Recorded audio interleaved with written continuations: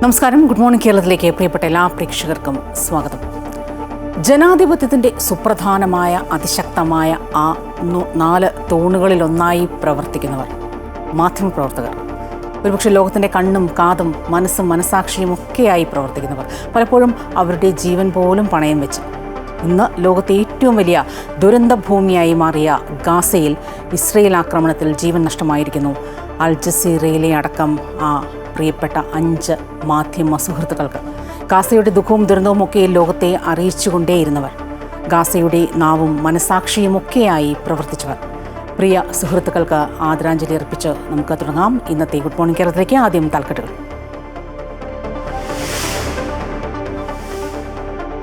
അധിക തീരുവ ഈടാക്കുന്നതിന് ചൈനയ്ക്ക് സാവകാശം നൽകി US. ഇന്നു മുതൽ 145% അധിക തീരുവയെന്ന തീരുമാനം 3 മാസത്തേക്ക് മരവിപ്പിച്ചു. നവംബർ 30 വരെ 30% മാത്രം. ചൈനയുമായി വ്യാപാര ഉടമ്പടി ഉടനെന്ന് അമേരിക്കൻ പ്രസിഡന്റ് ഡൊണാൾഡ് ട്രംപ്.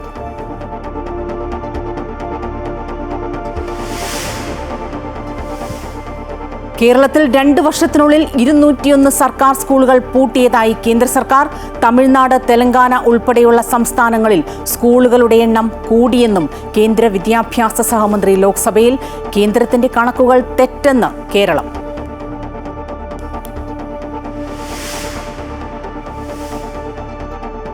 ഇടുക്കിയിൽ തേയില വ്യവസായത്തിലെ പ്രതിസന്ധി രൂക്ഷം. പിരിമിട്ടിൽ 4 തോട്ടങ്ങൾ കൂടി അടച്ചുപൂട്ടി. അടഞ്ഞുകിടക്കുന്ന തോട്ടങ്ങൾ 7ആയി.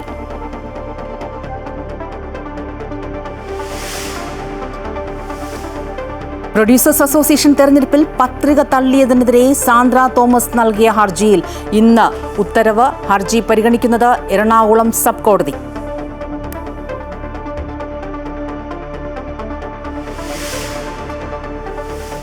കോതമംഗലത്തെ സോന എൽദോസിന്റെ ആത്മഹത്യയിൽ പ്രതി റമീസിനെ കസ്റ്റഡിയിൽ വാങ്ങാൻ അന്വേഷണ സംഘം.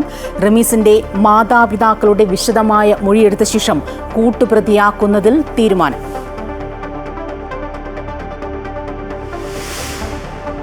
കൊല്ലം മയ്യനാട് സുനാമി പുനരധിവാസ പദ്ധതിയിൽ നിർമ്മിച്ച 65 വീടുകൾ ഉപയോഗശൂന്യമായി നശിക്കുന്നു. 15 കുടുംബങ്ങൾ കഴിയുന്നത് തകർന്ന വീടുകളിൽ. Amrita news special. കേരളത്തിലെ സർക്കാർ സ്കൂളുകളുടെ എണ്ണം കുറയുന്നതായി കേന്ദ്ര സർക്കാരിന്റെ കണക്കുകൾ പുറത്തുവന്നിരിക്കുന്നു. 2 വർഷത്തിനുള്ളിൽ സംസ്ഥാനത്ത് 201 സ്കൂളുകൾ പൂട്ടിയതായിട്ടാണ് കണക്കുകൾ സൂചിപ്പിക്കുന്നത്. 2021-22 വർഷത്തിൽ 5010 സർക്കാർ സ്കൂളുകൾ കേരളത്തിലുണ്ടായിരുന്നുവെന്നാണ് കണക്ക്. എന്നാൽ 2023-24 ആയപ്പോൾ സ്കൂളുകളുടെ എണ്ണം 4809 കുറഞ്ഞു. 2 വർഷത്തിനുള്ളിൽ മാത്രം 201 സർക്കാർ സ്കൂളുകൾ കുറഞ്ഞു. രാജ്യത്തെ സർക്കാർ സ്കൂളുകൾ പൂട്ടുന്നതുമായി ബന്ധപ്പെട്ട് ലോക്സഭയിൽ കെ രാധാകൃഷ്ണന്റെ ചോദ്യത്തിനാണ് കേന്ദ്ര വിദ്യാഭ്യാസ സഹമന്ത്രി ജയന്ത് ചൗധരി ഇക്കാര്യം അറിയിച്ചത്. രാജ്യത്ത് ഇക്കാലയളവിൽ സർക്കാർ സ്കൂളുകളുടെ എണ്ണത്തിൽ ഏറ്റവും കൂടുതൽ കുറവ് വന്നിരിക്കുന്ന സംസ്ഥാനങ്ങളിൽ ഒന്നാണ് കേരളമെന്നാണ് കേന്ദ്ര പട്ടിക സൂചിപ്പിക്കുന്നത്. അതേസമയം ഛത്തീസ്ഗഡ്, തമിഴ്നാട്, രാജസ്ഥാൻ, തെലങ്കാന സംസ്ഥാനങ്ങളിൽ 5 വർഷത്തിനിടെ സർക്കാർ സ്കൂളുകളുടെ എണ്ണം കൂടിയിട്ടുണ്ടെന്നും കേന്ദ്രം മറുപടിയിൽ വ്യക്തമാക്കി. എന്നാൽ കേന്ദ്രത്തിന്റെ കണക്ക് ശരിയല്ലെന്നും വിശദമായി പരിശോധിച്ച ശേഷം മറുപടി നൽകുമെന്നുമാണ് കേരളം പ്രതികരിച്ചിരിക്കുന്നത്. News desk, Amrita news. ഇടുക്കിയിൽ തേയില വ്യവസായത്തിലെ പ്രതിസന്ധി അതീവ ഗുരുതരമായി തുടരുകയാണ്. പീരുമേട്ടിൽ 4 തോട്ടങ്ങൾ കൂടി അടച്ചുപൂട്ടിയിരിക്കുന്നു. ഇതോടെ അടഞ്ഞുകിടക്കുന്ന തോട്ടങ്ങളുടെ എണ്ണം 7ആയി. ഹെലിബറിയ ടീ കമ്പനിയുടെ ചെമ്മണ്ണ്, ഹെലിബറിയ, ചിന്നാർ, വള്ളക്കടവ് എന്നീ തോട്ടങ്ങളാണ് കഴിഞ്ഞ ദിവസം അടച്ചത്. 500-ലധികം സ്ഥിരം തൊഴിലാളികളും 200ഓളം അതിഥി തൊഴിലാളികളും ഇതോടെ പ്രതിസന്ധിയിലായി. 4 മാസത്തോളമായി തൊഴിലാളികൾക്ക് ശമ്പളം ലഭിച്ചിട്ട്. 18 മാസമായി ഇവരുടെ പ്രോവിഡന്റ് ഫണ്ടും മാനേജ്മെന്റ് അടച്ചിട്ടില്ല. അനന്തരം 2-3 മാസം കൂടി ഞങ്ങൾ ശമ്പളം ചോദിക്കുന്ന സമയം കമ്പനി ഇങ്ങനെ പൂട്ടി തൊഴിലാളിയെ പട്ടിണിയിലാക്കുന്ന ഒരു അവസ്ഥയിലേക്കാണ് മുന്നോട്ട് പോകുന്നത്. ഇപ്പോൾ ഈ 2 മാസത്തെ ശമ്പളം നിലവിൽ ഞങ്ങൾക്ക് സ്റ്റോർ കാശ് പോലും തരാൻ ബുദ്ധിമുട്ടാണ് ഇപ്പം മുന്നോട്ട് നീങ്ങുന്നത്. ആ ശമ്പളം ചോദിച്ചതിൻ്റെ പേരിലാണ് ഞങ്ങൾക്ക് ഈ 4 ദിവസത്തേക്ക് മുമ്പ് നോട്ടീസ് ഇട്ടിട്ട് കമ്പനി ഇപ്പോൾ തൽക്കാലം പ്രവർത്തിക്കാൻ പറ്റത്തില്ലെന്ന് പറയുന്നത്. ഞങ്ങൾക്കിപ്പോൾ റിട്ടയർമെൻ്റ് ആയ തൊഴിലാളികൾ 150ഓളം പേരുണ്ട്. അവരുടെ ഗ്രാറ്റുവിറ്റി അടയ്ക്കുകയോ അവരുടെ ഈ PF അടച്ചാൽ മാത്രമേ അവർക്ക് ഈ പെൻഷൻ വാങ്ങിച്ച് കഴിക്കാൻ പറ്റുള്ളൂ. ഹെലിബറിയ ഫാക്ടറിയിൽ ഉൽപ്പാദിപ്പിക്കുന്ന ചിന്നാർ എന്ന പേരിൽ വിപണിയിലുള്ള തേയിലയിൽ ഗുണനിലവാരം കുറഞ്ഞ തേയിലപ്പൊടി തോട്ടമുടമകൾ കലർത്തുന്നതായാണ് തൊഴിലാളികളുടെ ആരോപണം. കൊച്ചിയിലെ ലേലകേന്ദ്രത്തിൽ നടത്തിയ പരിശോധനയിൽ തേയിലയിൽ മായം കലർന്നതായി കണ്ടെത്തി. ഇതോടെ കമ്പനിക്ക് ലേലത്തിൽ പങ്കെടുക്കാൻ കഴിയാതെ വന്നു. 4 തോട്ടങ്ങളിലെയും തേയിലക്കൊളുന്ത് വിറ്റഴിക്കാനാകാതെ വന്നതോടെ പ്രതിസന്ധി രൂക്ഷമായി. തുടർന്ന് 4 തോട്ടങ്ങളും കഴിഞ്ഞ ദിവസം പൂട്ടുകയായിരുന്നു. നിലവിൽ പ്രവർത്തിക്കുന്ന 7 തോട്ടങ്ങളും വലിയ പ്രതിസന്ധിയിലൂടെയാണ് കടന്നുപോകുന്നത്. MC Boban, Amrita news, Idukki. Producers association തെരഞ്ഞെടുപ്പുമായി ബന്ധപ്പെട്ട നിർമ്മാതാവ് സാന്ദ്ര തോമസ് നൽകിയ ഹർജിയിൽ ഇന്ന് കോടതി വിധി പറയും. നാമനിർദ്ദേശ പത്രിക തള്ളിയതിനെതിരെയായിരുന്നു സാന്ദ്രയുടെ ഹർജിയിൽ ഇന്നലെ വാദം പൂർത്തിയായിരുന്നു. എറണാകുളം സബ് കോടതിയാണ് വിധി പറയുക. വിവരങ്ങളുമായി കിരൺ കുമാർ ചേരുകയാണ്. കിരൺ, പ്രൊഡ്യൂസേഴ്സ് അസോസിയേഷൻ തെരഞ്ഞെടുപ്പുമായി ബന്ധപ്പെട്ട ഹർജിയിൽ സാന്ദ്ര നൽകിയ കോടതിയിൽ സമർപ്പിച്ച വാദങ്ങളേക്ക് ഇന്നിപ്പോൾ ഏത് രീതിയിൽ കോടതി വിലയിരുത്തിയെന്ന് മനസ്സിലാക്കാൻ സാധിക്കും? എപ്പോഴാകും വിധി വരിക?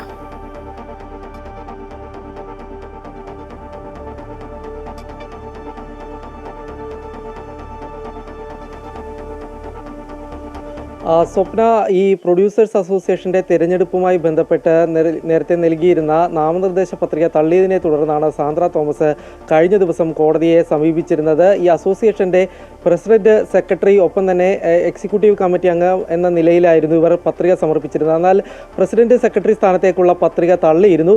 ഇതിനെ ചോദ്യം ചെയ്തുകൊണ്ടായിരുന്നു സാന്ദ്ര തോമസ് കോടതിയെ സമീപിച്ചിരുന്നത്. ഇവർ പ്രധാനമായിട്ടും ചൂണ്ടിക്കാണിച്ച ഒരു കാര്യം, ഈ അസോസിയേഷൻ്റെ തെരഞ്ഞെടുപ്പിൽ മത്സരിക്കാൻ തനിക്ക് യോഗ്യതയുണ്ട് എന്നുള്ളൊരു കാര്യം തന്നെയായിരുന്നു. നേരത്തെ ഈ പത്രിക തള്ളിക്കൊണ്ട് ഈ അസോസിയേഷൻ്റെ തെരഞ്ഞെടുപ്പിൻ്റെ വരണാധികാരി വ്യക്തമാക്കിയ ഒരു കാര്യം, ബൈലോ പ്രകാരമുള്ള യോഗ്യതകൾ സാന്ദ്ര തോമസിന് ഇല്ല എന്നുള്ളൊരു കാര്യമായിരുന്നു. അതായത് സ്വന്തം പേരിൽ 3 സിനിമയെങ്കിലും സെൻസർ ചെയ്തതിൻ്റെ സർട്ടിഫിക്കറ്റ് സമർപ്പിക്കണമായിരുന്നു. എന്നാൽ സാന്ദ്ര സമർപ്പിച്ചിട്ടുള്ള സർട്ടിഫിക്കറ്റുകളിൽ 2 എണ്ണം മാത്രമാണ് സാന്ദ്രയുടെ പ്രൊഡക്ഷൻ ഹൗസിൻ്റെ പേരിലുള്ളത്.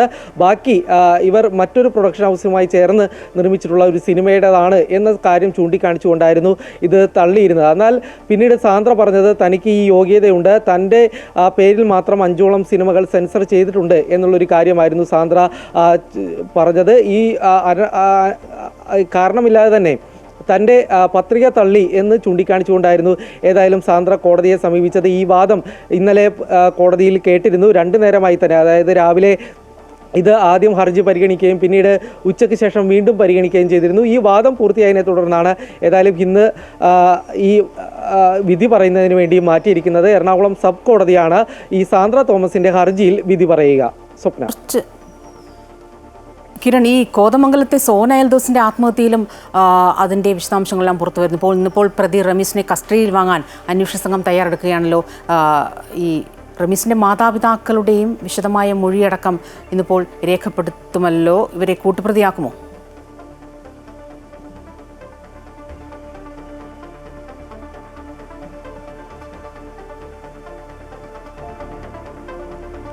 സ്വപ്ന, ഈ സോനയുടെ മരണവുമായി ബന്ധപ്പെട്ട് റമീസിൻ്റെ മാതാപിതാക്കളെ കൂടി പ്രതി ചേർക്കുന്നതിന് വേണ്ടിയുള്ള നീക്കം തന്നെയാണ് ഏതായാലും പോലീസിൻ്റെ ഭാഗത്തു നിന്നും ഉണ്ടാകുന്നത്. അതായത് ഈ കേസുമായി ബന്ധപ്പെട്ട്, അല്ലെ ഈ സോനയുടെ ആത്മഹത്യയുമായി ബന്ധപ്പെട്ടുള്ള വിവരങ്ങൾ നേരത്തെ തന്നെ ഈ മാതാപിതാക്കൾക്ക് അറിയാമായിരുന്നു എന്നൊരു കണ്ടെത്തൽ തന്നെയാണ് പോലീസിൻ്റെ ഭാഗത്തു നിന്നുണ്ടാകുന്നത്. ഈ കാര്യം നേരത്തെ ഈ സോനയുടെ ആത്മഹത്യാക്കുറിപ്പിൽ പറയുന്നുണ്ട്. അതായത് റമീസ് ഇവരെ വിളിച്ചു വരുത്തിയതിന് ശേഷം ആലുവയിലുള്ള വീട്ടിലെത്തിച്ച് മർദ്ദിക്കുകയായിരുന്നു. റൂമിൽ പൂട്ടിയിട്ടാണ് മർദ്ദിച്ചത്. ആ സമയം തന്നെ വീട്ടിൽ ഈ റമീസിൻ്റെ അച്ഛനും അമ്മയും ഉണ്ടായിരുന്നു. അതുകൊണ്ട് ഇവരുടെ അറിവോടുകൂടിയായിരുന്നു മർദ്ദിച്ചിരുന്നത്.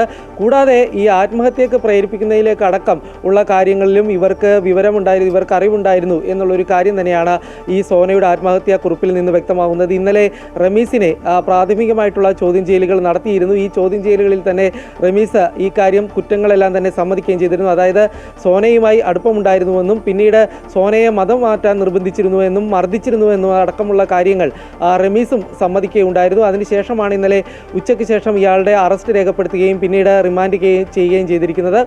ഏതായാലും റമീസിനെ വീണ്ടും കസ്റ്റഡിയിൽ വാങ്ങി ചോദ്യം ചെയ്യുന്നതിനുള്ള നീക്കവും പോലീസിൻ്റെ ഭാഗത്തു നിന്നും ഉണ്ടാകുന്നുണ്ട്. ഇനി തെളിവെടുപ്പ് അടക്കമുള്ള കാര്യങ്ങൾ പൂർത്തിയാക്കേണ്ടതുണ്ട്. സോനയുടെ ആത്മഹത്യാക്കുറിപ്പിൽ പറയുന്ന അടക്കമുള്ള ചില കാര്യങ്ങൾ, പ്രത്യേകിച്ച് റമീസിൻ്റെ വീട്ടിലടക്കം എത്തിച്ചുകൊണ്ട് തെളിവെടുപ്പ് നടത്തേണ്ടതുണ്ട്.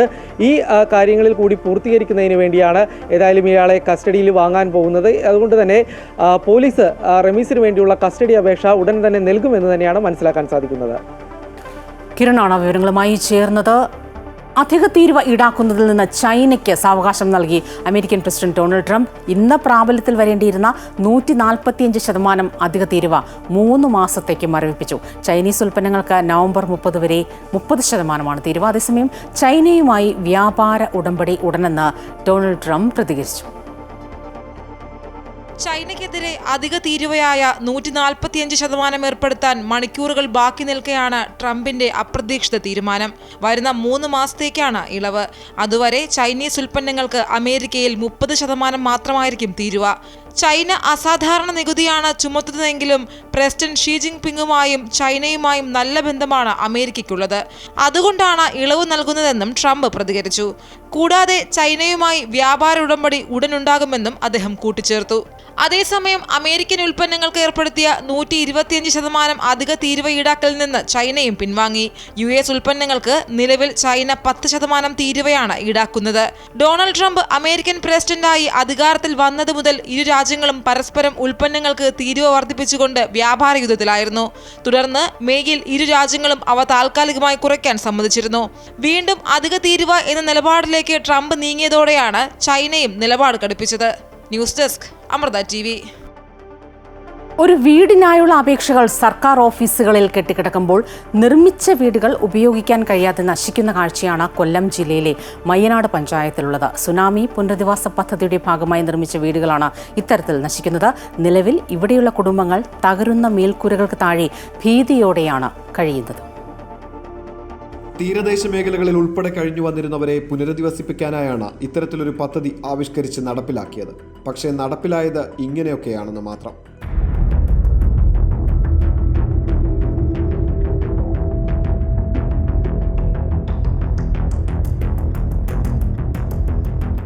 മയ്യനാട് ഗ്രാമപഞ്ചായത്തിലെ 14-ാം വാർഡായ മയ്യനാട് സൗത്തിൽ കോടികൾ മുടക്കിയെന്ന് അവകാശപ്പെടുന്ന ഒരു പുനരധിവാസ മേഖലയിലെ ദയനീയ കാഴ്ചകളാണിത്.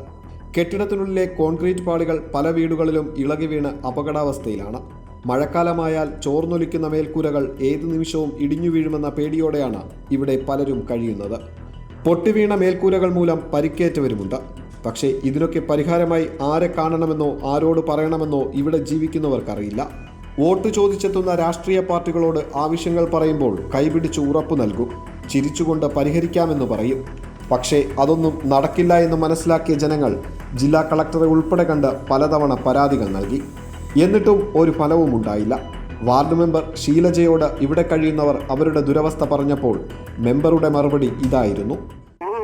ചേച്ചി ഞങ്ങളുടെ ഈ റൂമൊക്കെ ഇടിഞ്ഞൊക്കെ വീഴുന്നല്ലേ ചേച്ചി, വീട് മൊത്തം ചോരുന്നു.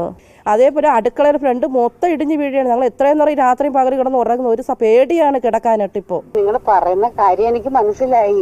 ഞാനിപ്പോ ഇത് അധികാരികളെ അറിയിപ്പിക്കാനേ പറ്റത്തുള്ളൂ. ഇതിന്റെ ബാലൻസ് 2 കോടി രൂപ നമുക്കിത് ചെയ്യണം. അതിന് ഏതെങ്കിലും ഒരു കമ്പനിക്കാരെ ഏൽപ്പിച്ചെങ്കിലേ പറ്റും. നിങ്ങളെ പൈസ തരത്തില്ല.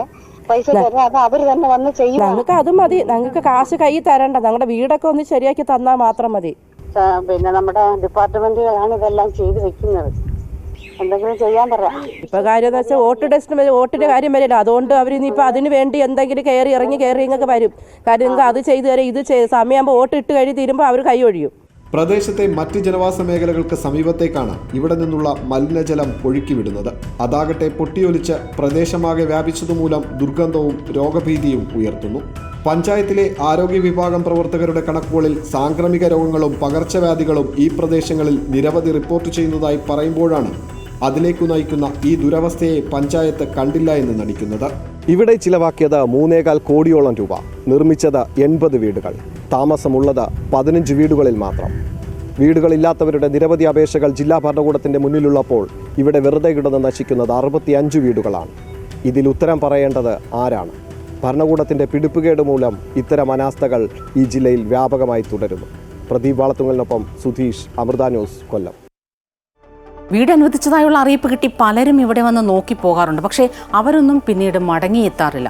വർഷങ്ങൾക്ക് മുൻപ് ഇവിടെ എത്തി ഇപ്പോഴും ദുരിത ജീവിതത്തിൽ കഴിയുന്നത് വിരലിലെണ്ണാവുന്ന കുടുംബങ്ങൾ മാത്രമാണ്. അവർക്ക് പറയാനുള്ളത് ഇതാണ്. മഴ പെയ്യുമ്പം ഈർപ്പം അടിക്കുക, ചോർച്ച ഇല്ല.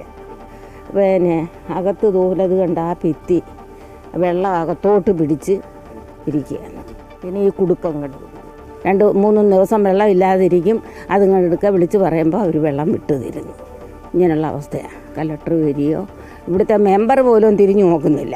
രാത്രി മോൻ ഇവിടെ കിടക്കുകയായിരുന്നു, റൂമിൽ കിടക്കുകയായിരുന്നു. പെട്ടെന്ന് നോക്കിയപ്പോൾ മോളിൽ നിന്ന് 3 സൈഡിൽ നിന്ന് പെട്ടെന്ന് തറ ഇവിടുന്ന് ഇടിഞ്ഞ് അങ്ങനെ വീഴുകയായിരുന്നു. ഇച്ചിരി ഇതായിരുന്നെങ്കിൽ മോൻ്റെ തല പൊട്ടിയായിരുന്നെങ്കിൽ അതേ അത് തന്നെ അടുക്കളയിലും. അപ്പോൾ ഞങ്ങൾ ഈ പരാതി ആരടുത്താണ് പറയേണ്ടതെന്ന് നമുക്കൊന്നും അറിയാൻ വയ്യാത്ത അവസ്ഥയിലേക്കാണ്. വീട് ഫുള്ളും ചോരയാണ്, മൊത്തം ചോരുന്നു, വീടൊക്കെ ഇടിഞ്ഞ് വീഴുന്നു. നമുക്കൊരു വേസ്റ്റ് കളയാനുള്ള ഒരു സ്ഥലമില്ല, ഒന്നുമില്ല. മഴ പെയ്താലും വെള്ളം കയറിയിട്ടാലും ഇതുമൊക്കെ തന്നെ ജനാല് വഴിയാലും വെള്ളം കയറി വരും വീട്ടിനകത്ത്. അങ്ങനെയൊക്കെയുള്ള പ്രശ്നങ്ങളും പിന്നെ മേളൊന്ന് പൊടിഞ്ഞു വീഴുന്നു. അങ്ങനെയൊക്കെയുള്ള സംഭവം കാരണമാണ് ആൾക്കാർ പോകുന്നത്. വന്ന് കാണുമ്പോൾ വന്ന് നോക്കിക്കൊണ്ട് കയറി നോക്കിക്കൊണ്ട് അയ്യോ വേണ്ടെന്നും വേണ്ടങ്ങ് പോകും.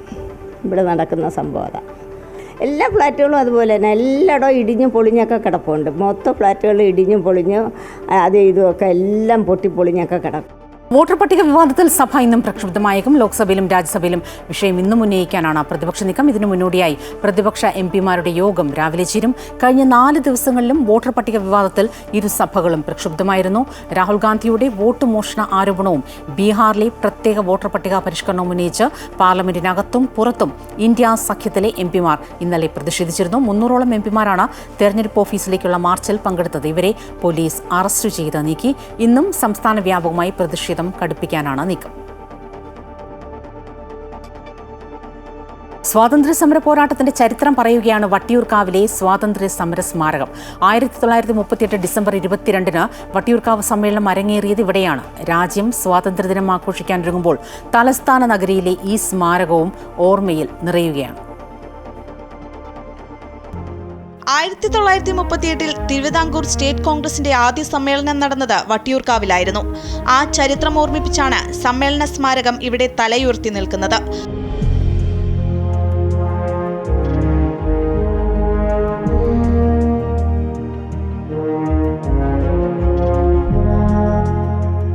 സംസ്ഥാന പുരാരേഖ വകുപ്പിന്റെ നിയന്ത്രണത്തിലാണ് വട്ടിയൂർക്കാവിലെ സ്വാതന്ത്ര്യ സമര സ്മാരകം. ഉത്തരവാദ ഭരണ പ്രക്ഷോഭത്തെ തുടർന്ന് തിരുവിതാംകൂർ സ്റ്റേറ്റ് കോൺഗ്രസിനെ ദിവാൻ CP രാമസ്വാമി അയ്യർ നിയമവിരുദ്ധമായി പ്രഖ്യാപിച്ചിരുന്നു. തിരുവിതാംകൂർ സ്റ്റേറ്റ് കോൺഗ്രസിന്റെ ജനപിന്തുണയിൽ കോപാകുലനായിരുന്ന ദിവാൻ അതിനെ ഏതുവിധേനയും തകർക്കാനായി പല പദ്ധതികളും ആസൂത്രണം ചെയ്തു. സമര നേതാക്കൾക്കെതിരെ അക്രമം അഴിച്ചുവിടാനും തുടങ്ങി.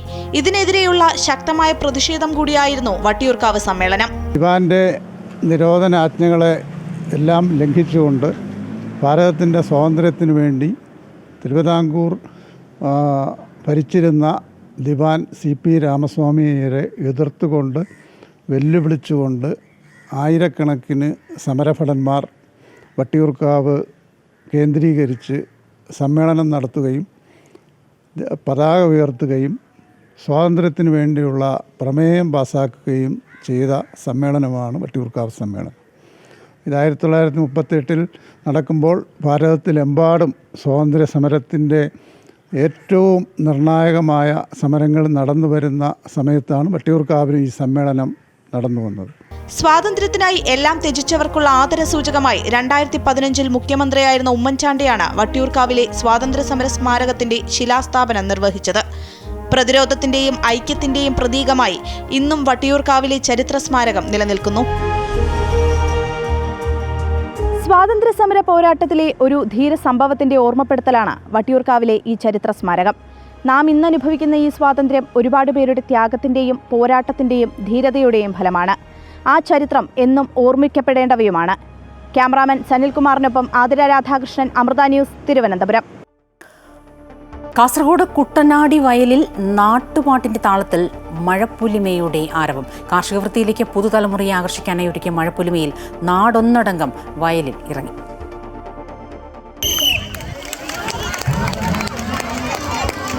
മഴവെള്ളവും ചെളിയും നിറഞ്ഞ നെൽപ്പാടങ്ങൾ കാണുമ്പോൾ കാലെടുത്ത് വെക്കാൻ മടിച്ചു നിൽക്കുന്ന പുതുതലമുറയെ കാർഷിക വൃത്തിയിലേക്ക് ആകർഷിക്കുവാനായി ഒരുക്കിയ മഴപ്പൊലിമ പ്രായഭേദമന്യേ ഏവർക്കും ആവേശമായി.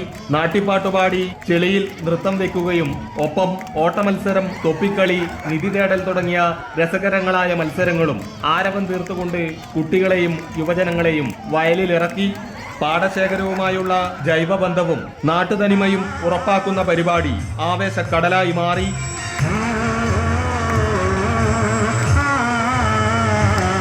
തൃക്കരിപ്പൂർ ഗ്രാമപഞ്ചായത്ത് CDS ഒരുക്കിയ മഴപ്പൊലിമക്ക് ആവേശം പകരാനായി ഗ്രാമപഞ്ചായത്ത് അംഗങ്ങളും ഹരിതകർമ്മസേനയും പൊതുപ്രവർത്തകരുമെല്ലാം മഴവെള്ളം നിറഞ്ഞ പാടശേഖരത്തിലെത്തി.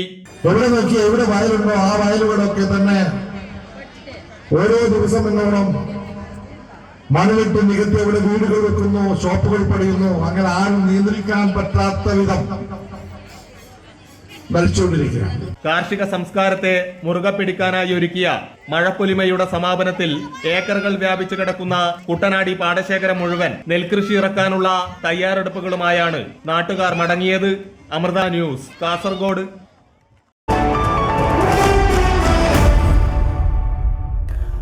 വിപണി വിലയിരുത്തലുമായി ധനകാര്യ ഓഹരി വിദഗ്ധൻ കെ ദിലീപ് ചേരുകയാണ്. ഗുഡ് മോർണിംഗ് കേരളത്തോടൊപ്പം ശ്രീ ദിലീപ്, സ്വാഗതം. ഗുഡ് മോർണിംഗ് കേരളത്തിലേക്ക്. എങ്ങനെയാണ് ഇന്നത്തെ ദിവസം വിപണിയിലെ നീക്കങ്ങളെ നമ്മൾ കാണേണ്ടത്? ഇന്ന് വിപണിയുടെ തുടക്കം നേട്ടത്തിലായിരിക്കുമെങ്കിലും വളരെ ഉയർന്ന തോതിലുള്ള കയറ്റിറക്കങ്ങൾ തുടരുമെന്ന് തന്നെയാണ് കരുതുന്നത്. കഴിഞ്ഞ 2-3 ദിവസങ്ങളായി ഈ കയറ്റിറക്കത്തിൻ്റെ തോത് വളരെ കൂടുതലുമാണ്. നിലവിലെ സാഹചര്യത്തിൽ നിക്ഷേപ സ്ഥാപനങ്ങൾ, പ്രത്യേകിച്ചും ആഭ്യന്തര നിക്ഷേപ സ്ഥാപനങ്ങൾ വളരെ അനുകൂലമായി വിപണിയിൽ ഇടപെടുന്നതാണ് ഒരു പരിധിവരെ വിപണിയെ ഇപ്പോൾ ഈ ഒരു നിലവാരത്തിൽ നിലനിർത്തുന്നതും കഴിഞ്ഞ ദിവസം നേട്ടത്തിലെത്തിക്കാൻ സഹായിച്ചതും. വിദേശ നിക്ഷേപ സ്ഥാപനങ്ങൾ മിക്ക ദിവസങ്ങളിലും വിപണിയിൽ വിൽപ്പന തുടരുക തന്നെയാണ്. ആ വിൽപ്പനയാണ് ഇപ്പോഴത്തെ വീഴ്ചയ്ക്ക് ഒരു പ്രധാനപ്പെട്ട ഒരു കാരണവും. ആഗോളതലത്തിൽ ആഗോള വിപണികളിൽ കാര്യമായ മാറ്റമില്ലെങ്കിൽ കൂടിയും നമ്മുടെ വിപണിയിൽ ഇപ്പോൾ തുടരുന്ന ഈ ഒരു വിൽപ്പനയുടെ പ്രധാനപ്പെട്ട ഒരു കാരണവും ഇത് തന്നെയാണ്. മാത്രമല്ല, ചെറുകിട നിക്ഷേപകരും പല ദിവസങ്ങളിലും വിപണി നെറ്റ വിൽപ്പനയിലാണ്. ഇതിന് പ്രധാനപ്പെട്ട ഒരു കാരണം US താരിഫ് നയമുണ്ടാക്കിയിട്ടുള്ള വലിയൊരു ആശങ്ക വിപണിയെ ബാധിക്കുന്നുണ്ട്. അതുതന്നെയാണ് ഇപ്പോഴത്തെ ഈ ഒരു വിൽപ്പനയ്ക്ക് പ്രധാനപ്പെട്ട ഒരു കാരണവും. സാങ്കേതികമായി 24,500 എന്ന നിലവാരമാണ് മുൻനിര സൂചിയായ നിഫ്റ്റിക്ക് പ്രധാനം. ആ ഒരു നിലവാരത്തിന് മുകളിൽ നിലനിന്ന് വ്യാപാരം തുടരുകയും 24,800 എന്നുള്ളൊരു നിലവാരം മറികടന്ന് വ്യാപാരം നടക്കുകയും ചെയ്യുന്നൊരു സാഹചര്യത്തിൽ മാത്രമേ തുടർച്ചയായി മുന്നോട്ട് നീങ്ങുമെന്നുള്ള പ്രതീക്ഷയ്ക്ക് അടിസ്ഥാനമുള്ളൂ. മറിച്ചാണെങ്കിൽ 24,350 എന്ന നിലവാരമാണ് ഇനി അടുത്ത ഒരു അടിസ്ഥാന നിലവാരമായി നിഫ്റ്റിക്ക് കണക്കാക്കപ്പെടുന്നത്. ആ നിലവാരത്തിലേക്ക് നീങ്ങുകയാണെങ്കിൽ തീർച്ചയായും ഹ്രസ്വകാലത്തേക്ക് വിൽപ്പന തുടരാനും മതി. എങ്കിലും നിലവിലെ സാഹചര്യം ചെറുകിട നിക്ഷേപകരെ സംബന്ധിച്ചിടത്തോളം വിപണിയിൽ ഇടപെടുന്നതിനും കൂടുതൽ നിക്ഷേപം നടത്തിക്കൊണ്ട് ദീർഘകാല അടിസ്ഥാനത്തിലേക്കുള്ള നിക്ഷേപം ക്രമപ്പെടുത്തുകയും ചെയ്യേണ്ട ഒരു സാധ്യതയും അതിനൊപ്പം തന്നെയുള്ളൊരു അവസരവുമാണ് ഇപ്പോൾ ഉള്ളത്. ആ രീതിയിൽ അതിനെ പ്രയോജനപ്പെടുത്താവുന്നതാണ്. എന്തായാലും ഇന്ന് നേട്ടത്തിലായിരിക്കും വ്യാപാരം തുടങ്ങുക. രാമ രാമ രാമ രാമ രാമ രാമ പാഹി മാം. 95-ാം വയസ്സിലും രാമായണവും ശ്രീമദ് ഭാഗവതവും ഒക്കെ മുടങ്ങാതെ പാരായണം ചെയ്യുന്ന ഒരു മുത്തശ്ശിയുണ്ട് പത്തനംതിട്ട ആറന്മുളയിൽ. കർക്കിടക മാസമായാൽ പ്രത്യേക ദിനചര്യകളോടെയാണ് രാജമ്മ എന്ന മുത്തശ്ശി വീട്ടിൽ രാമായണ പാരായണം നടത്തുന്നത്. അരനൂറ്റാണ്ടിലേറെയായി മുത്തശ്ശി ഈ പതിവ് തുടരുന്നുമുണ്ട്. സന്തുഷ്ടനായ രഘുനാഥനും അമ്പർമുടാഭിമാനേന മാനേന പോയി മമ്മി ഗ്രാമേ ഭരതാസമേ ചെന്നത മമ്മം മഹീതലം തന്നിലിറങ്ങിനാൻ പുഷ്പകമായ വിമാനത്തെ മാനിച്ച് ചിൽപുരുഷൻ അരുൾ ചെയ്താനന്തരം 95-ാം വയസ്സിൽ തെളിമയുള്ള ശബ്ദത്തിൽ അക്ഷരസ്ഫുടതയോടെ രാജമ്മ മുത്തശ്ശിയുടെ രാമായണ പാരായണം മുഴങ്ങുകയാണ് ആറന്മുള കണ്ണങ്കീരിൽ വീട്ടിൽ. എന്നരുൾ ചെയ്തതു കേട്ടു വന്നിച്ചു പോയി ചെന്നളകാപുരി പൊക്കു വിമാനവും സോദരനോടും വസിഷ്ഠനാമാചാര്യപാദം നമസ്കരിച്ചു രഘുനായകൻ. ആശുവചനവും ചെയ്തു മഹാസനമാശു കൊടുത്തു വസിഷ്ഠൻ. രാവിലെ എണീറ്റ് കുളി കഴിഞ്ഞാൽ ആദ്യം രാമായണ പാരായണം, പിന്നെയുള്ളൂ പ്രഭാത ഭക്ഷണം പോലും. സന്ധ്യയ്ക്കും വിളക്ക് കൊളുത്തി രാമായണ പാരായണം തുടരും. ഈ ചിട്ട മുടക്കാറില്ല. രാമായണത്തോടൊപ്പം ഭാഗവത പാരായണവുമുണ്ട്. കർക്കിടകമായാൽ പിന്നെ രാമായണത്തിലേക്ക് മാത്രം മാറും.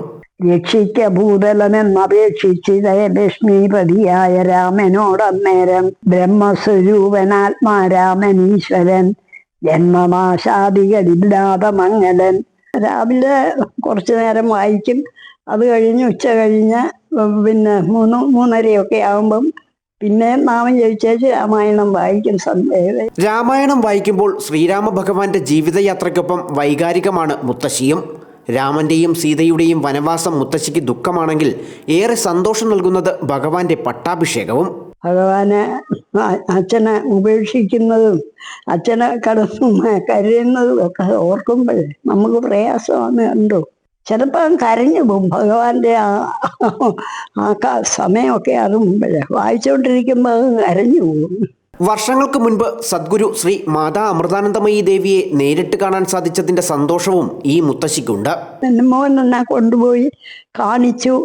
അമ്മയുടെ അരികെ ചെന്നിരിക്കാനുള്ള സൗകര്യം ഉണ്ടാക്കി തന്നു.